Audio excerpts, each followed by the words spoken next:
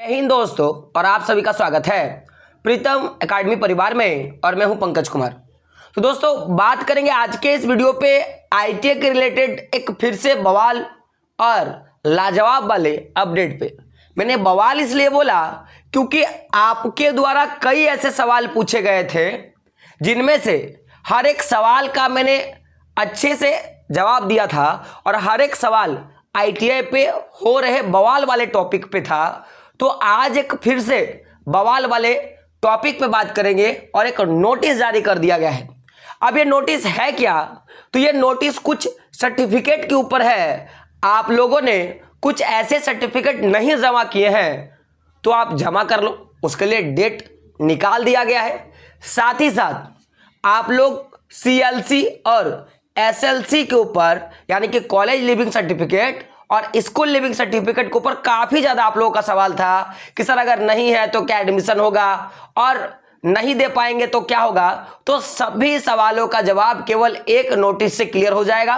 और ये जो वीडियो है केवल मैं जैक बोर्ड के छात्रों को नहीं बोल रहा या मैं केवल सीबीएसई पैटर्न के छात्रों को नहीं बोल रहा, बाकी तमाम जितने भी बच्चे जो इस बार आईटीआई कर रहे हैं उनके लिए इंपॉर्टेंट नोटिस है। तो वीडियो को शुरू से लेकर लास्ट तक देखिएगा और अपने दोस्तों तक वीडियो को शेयर जरूर कीजिएगा। तो आखिर नोटिस क्या है उस पर हम लोग बात करते हैं। तो ये देख सकते हो आपके सामने नोटिस है जिसमें आप देख सकते हो यहाँ पे लिखा होगा श्रम नियोजन प्रशिक्षण एवं कौशल विकास विभाग, निदेशालय नियोजन एवं प्रशिक्षण, झारखंड रांची। तो ये पूरा का पूरा जो बात है ना, इसको आईटीआई बोलते हैं। अगर आप आईटीआई कर रहे हो तो आईटीआई का हिंदी में फुल फॉर्म एक बार याद कर लेना आप, ठीक है। यहां पे देख सकते हो प्रेषक है, प्रेषक का नाम दिया है कि सहायक निदेशक प्रशिक्षण, है ना, निदेशालय नियोजन एवं प्रशिक्षण, झारखंड रांची। तो आप यहां पे देख सकते हो ये जितने भी आईटीआई कॉलेज है तो यहां पे लिख रहा है कि सेवा में प्रचार प्रभारी प्रचार संचालक सभी सरकारी या निजी औद्योगिक प्रशिक्षण संस्थान झारखंड। यानी कि आईटीआई के, मैं किसका बात कर रहा हूं, आईटीआई के चाहे वो गवर्नमेंट स्कूल हो, कॉलेज हो या प्राइवेट कॉलेज हो, तो उनके सभी, चाहे वो प्रिंसिपल हो, चाहे जिनके पास जो भी आपका संचालक हो या जो भी प्रभारी हो, उनको आदेश जारी किया है। और आदेश में देख सकते हो विषय क्या लिखा है कि औद्योगिक प्रशिक्षण संस्थानों में ऑनलाइन नामांकन के लिए अभ्यर्थियों द्वारा विद्यालय या महाविद्यालय परित्याग प्रमाण पत्र। देखिए, अगर विद्यालय परित्याग प्रमाण पत्र का मतलब क्या होगा, स्कूल लिविंग सर्टिफिकेट, और वही महाविद्यालय परित्याग प्रमाण पत्र का मतलब क्या होगा, सीएलसी यानी कि कॉलेज लिविंग सर्टिफिकेट। तो क्या है कि अभ्यर्थियों द्वारा विद्यालय या महाविद्यालय परित्याग प्रमाण पत्र जमा करने हेतु 10 दिनों का समय दिया जाने के संबंध में। तो ये 10 दिनों का समय है किस बात पे, तो थोड़ा उस पर बात करते। तो देख सकते हो यहां पे है कि महाशय उपरोक्त विषय के संबंध में सूचित करना है कि शैक्षणिक सत्र 2024 से 26 में सभी औद्योगिक प्रशिक्षण संस्थानों में ऑनलाइन नामांकन के लिए अभ्यर्थियों द्वारा एसएलसी या सीएलसी जमा किया जाना है।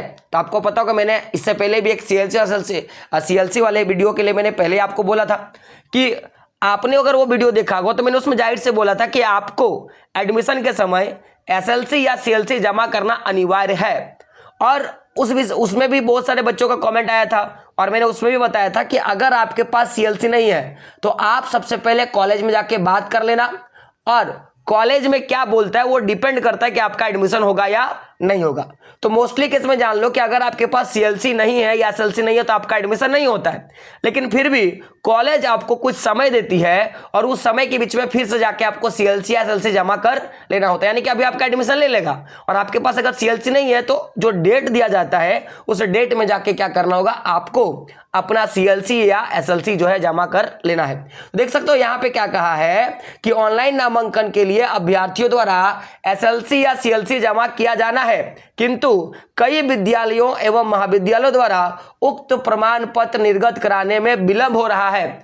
और ऐसा कई सारे आईटीआई में देखने के लिए मिल रहा है कि उनका एसएलसी या सीएलसी जमा नहीं हुआ है, उसमें देरी हो रहा है।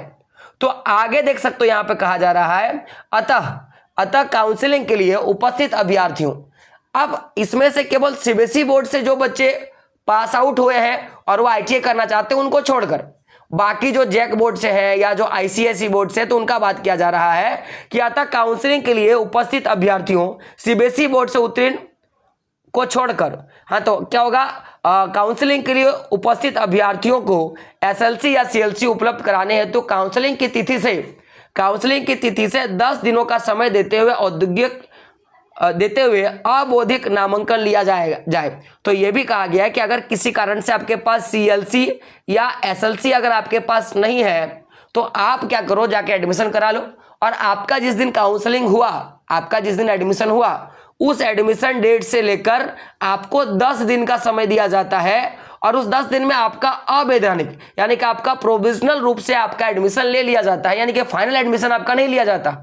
आप जैसे ही क्लास 10th का सीएलसी और एसएलसी जमा कर देते हो तो फिर आपका फाइनल एडमिशन कर दिया जाएगा। वो 10 दिन के बीच में आपको क्या करना होगा कि आपका एडमिशन के लिए सीएलसी और एसएलसी जमा करना होगा। तो यहाँ पे देखो क्या कहा है कि काउंसलिंग के लिए उपस्थित, तो यहाँ पे क्या कहा है कि सीएलसी एसएलसी उपलब्ध कराने हैं तो काउंसलिंग की तिथि से, यानी कि जिस दिन आपका एडमिशन हुआ उस एडमिशन से आपको 10 दिन का समय मिलेगा, और उस 10 दिन के बीच में आपको अपना सीएलसी एसएलसी जमा करना होगा। आगे देख सकते हो कहा गया है कि सीबीएसई बोर्ड द्वारा अब तक अभ्यर्थियों को ओरिजिनल मार्कशीट सर्टिफिकेट का हार्ड कॉपी उपलब्ध नहीं कराया गया है। अतएव डिजी लॉकर द्वारा उपलब्ध कराए गए सर्टिफिकेट के आधार पर अवैधानिक नामांकन, इस शर्त के साथ कि नामांकन के 30 दिनों के अंदर ओरिजिनल मार्कशीट सीएलसी या एसएलसी संस्थानों में जमा किया जाए, अन्यथा आपका नामांकन रद्द कर दिया जाएगा, की स्वीकृति प्रदान की जाती है। अब देखो यहाँ पे तो पहले ये जो 10 दिन का जो डेट दिया था, इसमें सीबीएसई पैटर्न को छोड़कर बाकी जो बोर्ड के बच्चे होते हैं उनका दिया, और जो बच्चे सीबीएसई पैटर्न में आते हैं अब उनका भी सवाल था कि सर अभी तक ना ही ओरिजिनल मार्कशीट का हमें हार्ड कॉपी मिला है, और ना ही हमारा जो सीएलसी या एसएलसी जो हमारे कॉलेज से मिलना है वो भी हमें नहीं मिला है, तो क्या हमारा एडमिशन होगा या नहीं होगा।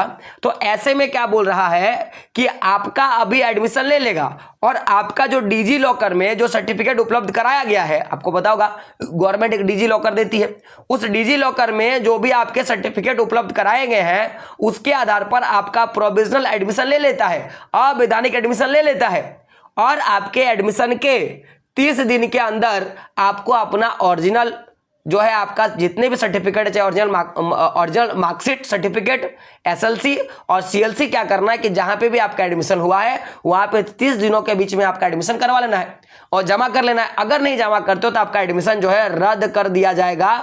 ये बात सीधा सीधा नोटिस में जारी कर दिया है। तो जिन छात्रों का सवाल था कि सर क्या अगर मेरे पास सीएलसी नहीं है, मेरे पास एसएलसी नहीं है तो क्या होगा, तो उनका एडमिशन रद्द हो जाएगा, उनका एडमिशन नहीं होगा। तो मैंने ये बात पहले भी बोला था, नहीं है तो आपका एडमिशन नहीं होगा।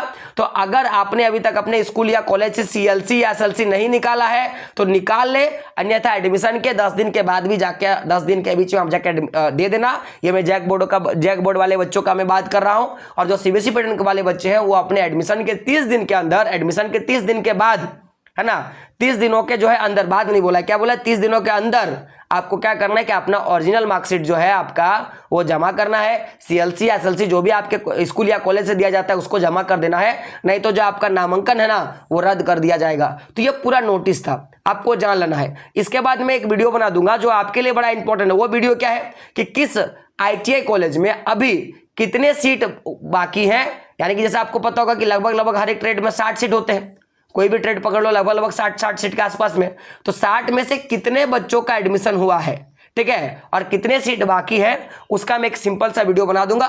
तो आप अगर नए चैनल पर, चैनल को सब्सक्राइब करके रखिएगा, वीडियो कभी भी आ जाएगा जो आपके काम का होगा, आपके लाभ का होगा। तो मिलते हैं दोस्तों अगले एक वीडियो में, तब तक के लिए जय हिंद, जय भारत और आपका दिन शुभ हो।